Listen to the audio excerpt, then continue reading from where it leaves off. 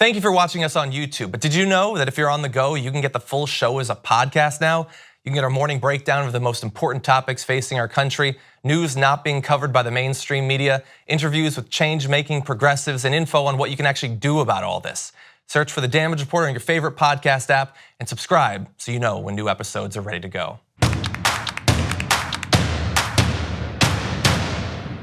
We had been prepared yesterday to tell you about the fact that Dianne Feinstein allegedly had a letter from a woman alleging that Brett Kavanaugh had committed some kind of sexual misconduct back in high school. Now, as of yesterday or 2 days ago, she didn't seem to want anyone to actually see that letter, Dianne Feinstein. She wasn't sharing it.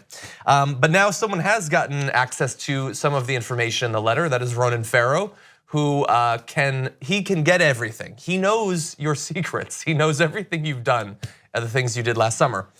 So here's some of the information coming out of this letter and why it might be important for the future of Brett Kavanaugh's nomination. The woman identified in the letter, we don't know her identity, first approached Democratic lawmakers in July, shortly after Trump nominated Kavanaugh. The allegation in the letter dates back to the early 1980s when Kavanaugh was a high school student at Georgetown Preparatory School in Bethesda, Maryland, and the woman attended a nearby high school. In the letter, she alleged that during an encounter at a party, Kavanaugh held her down and that he attempted to force himself on her. She claimed in the letter that Kavanaugh and a classmate of his, both of whom had been drinking, turned up music that was playing in the room to conceal the sound of her protests, and that Kavanaugh covered her mouth with his hand. She was able to free herself and escape the situation. Although the alleged incident took place decades ago and the three individuals involved were minors, the woman said that the memory had been a source of ongoing distress for her and that she had sought psychological treatment as a result.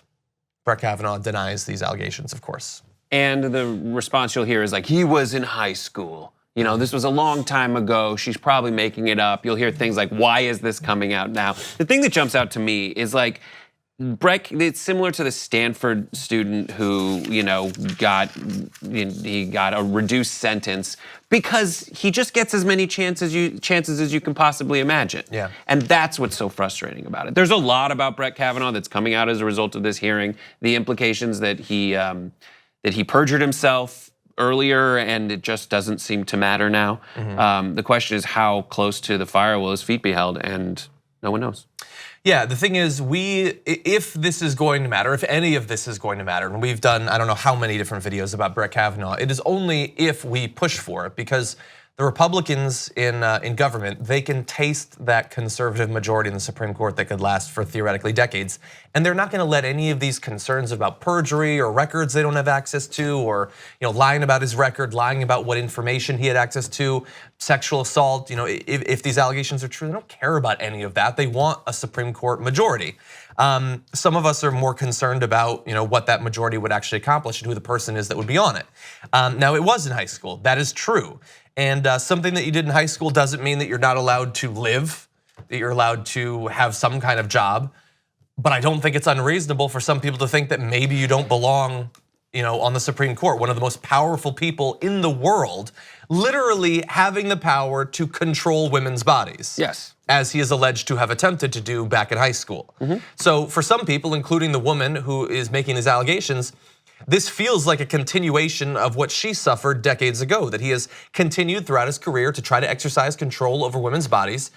His record has been whitewashed, and she doesn't want to see that happen. Yeah, they don't care what you think. They don't care about how the decisions that they make and the way they follow their aspirations affect anyone else. That's what's so frustrating about it. It is about control. It is so thickly ironic that this guy would have some sexual misconduct allegation in his past that just completely, it's not exactly the same, but it's thematically linked to the things that he has the potential to do on the Supreme Court. It's very frustrating the way she felt powerless. I know that a lot of people are feeling powerless in the confirmation process, and that's very frustrating. You need to call your senator, and there's a senator hotline that you can call that John has, and we'll read to you right now. I will read it to you. The phone number is 202-212-3121, a number designed to make it impossible to remember, but feel free to scrub back and get that number again.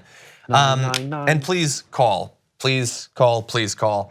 I wanna say one other thing, for two other things. One is Some politicians, so the Republicans obviously don't want you to know about this and they don't care, they're not gonna do anything.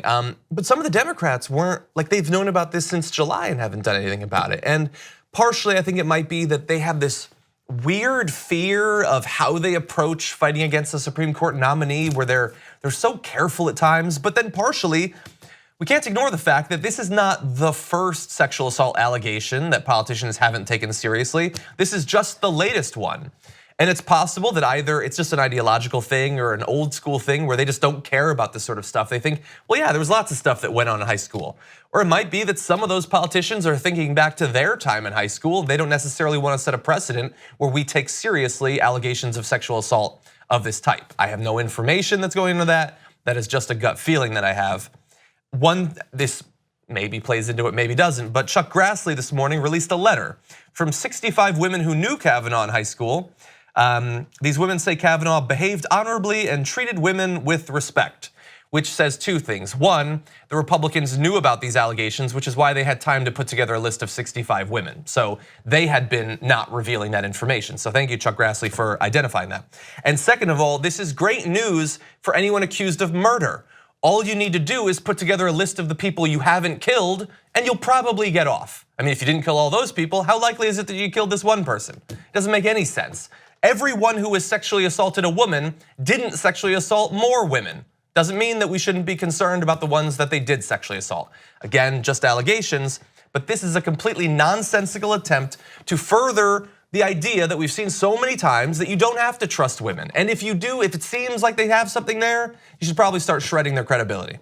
It's so frustrating. These are, I get his pushback. It is stupid. It is ridiculous. It's easy to chalk up. But like, even if you're going by like the rules, there's evidence out there that Kavanaugh lied to get an appellate court to further the Bush agenda. He lied about having access to documents. It has been proven since he made his statements that he did have access to those stolen documents from the Democrats. Yeah. And that's where I just want to ram my head against the wall. But there is that number, 202-212-3121. That's true.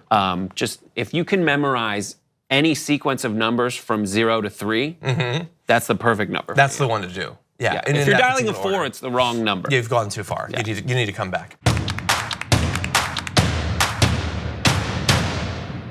Thank you very much for watching this clip from The Damage Report. If you liked it, don't forget to subscribe to this channel and ring the bell on YouTube to get notified of our new videos. And catch The Damage Report every weekday at 12 p.m. Eastern, 9 a.m. Pacific on TYT Network on YouTube TV.